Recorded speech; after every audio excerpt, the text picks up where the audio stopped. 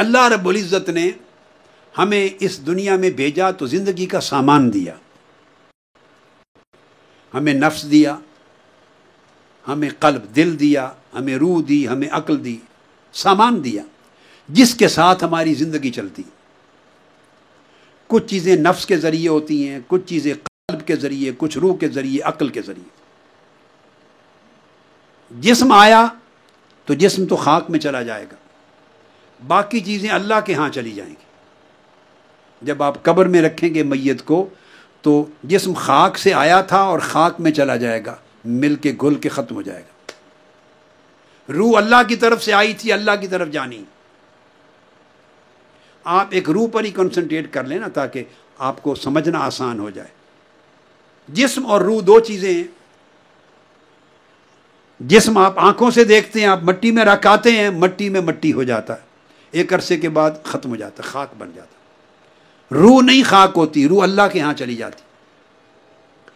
तकवा का माना यह है कि अल्लाह रब्बुल इज़्ज़त चाहता है मेरे बंदे, जब मैंने तुझे दुनिया में भेजा तो नफ़ख्तु फ़ीहि मिन रूही, मैंने अपनी तरफ से रूह दी थी, तुम्हारे अंदर रूह फूंकी थी, मैंने तुम्हें रूह दी। तकवा ये है कि जो जिस हाल में मैंने तुम्हें रूह दी उसे हाल में मुझे वापस लौटा।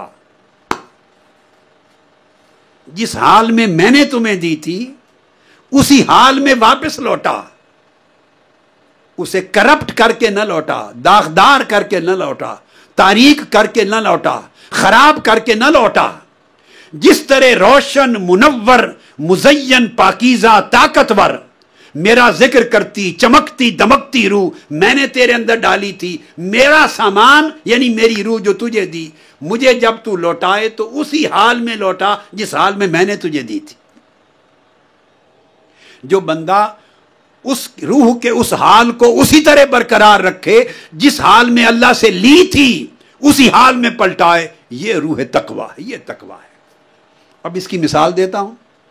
आप टैक्सी ले आते हैं, कार ले आते हैं किसी दुकान से किराए पर, तो जिससे लाते हैं कायदा कुलिया है कि नहीं कि उसी हाल में वापस लौटाएं?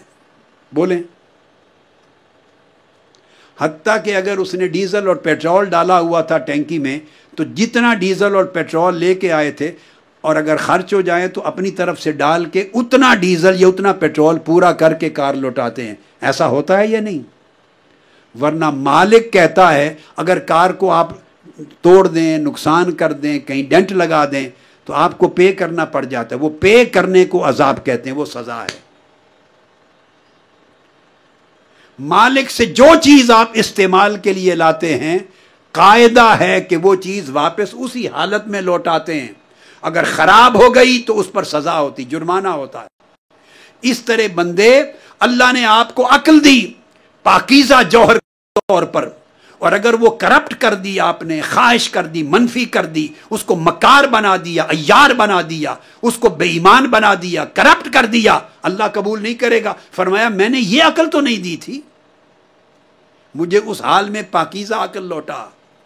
जिस हाल में पाकीज़ा रूह दी थी उसी हाल में लौटा, जिस हाल में नफ्स दिया था उसी हाल में लौटा, जैसा दिल दिया था उसी तरह रोशन दिल वापस लौटा। लिहाजा जिस बंदे को ये फिक्र रहे कि मुझे अल्लाह ने ये अमानतें दी हैं, मैं तो किराएदार हूं, मैं तो इस्तेमाल कर रहा हूं, अल्लाह ने इस्तेमाल के लिए दी है, मालिक नहीं बनाया। अगर हम मालिक होते तो जैसे चाहते मिस यूज करते, कोई पूछने वाला नहीं था। मगर हम तो किसी शय के मालिक ही नहीं हैं, हमें तो अमानत दी है इस्तेमाल करने के लिए। मालिक तो मौला है, जिसने दिया उसी को जाना। यह माना है इस जुमला कुरानी का, इन्ना लिल्लाहि व इन्ना इलैहि राजिऊन। इसका यह माना है। हम इस जुमले को इस्तेमाल करते हैं सिर्फ मौत पर, सिर्फ मौत पर, कि हम अल्लाह की तरफ से आए, अल्लाह के लिए थे और अल्लाह ही की तरफ पलट के जाना है। हमने इस्तेमाल मौत के साथ कर दिया है। नहीं, अगर मौत से निकाल कर इसको जिंदगी पर इस्तेमाल कर दें तो तकवा नसीब हो जाए। हम अल्लाह की तरफ से आए और अल्लाह ही की तरफ पलट के जाना है। चूंकि अल्लाह की तरफ पलट के जाना है तो हर चीज को अल्लाह देखेगा, ए बंदे, मैंने आंखें तुम्हें दी थी, आंखें कैसे इस्तेमाल की, कान कैसे इस्तेमाल किए, दिल को कैसे रखा, नफ्स को कैसे रखा, अक्ल को कैसे रखा, जाहिर और बातिन को कैसे रखा। मालिक को हर चीज जानी है, लिहाजा इस दुनिया में इस्तेमाल करते हुए हर चीज का ख्याल रखें कि अल्लाह की मिल्कियत है, उसको बिगड़ने न दें, न जाहिर को न बातिन को। अगर ये उस हाल पे बरकरार रखने की फिक्र आ जाए तो इसको तकवा कहते हैं।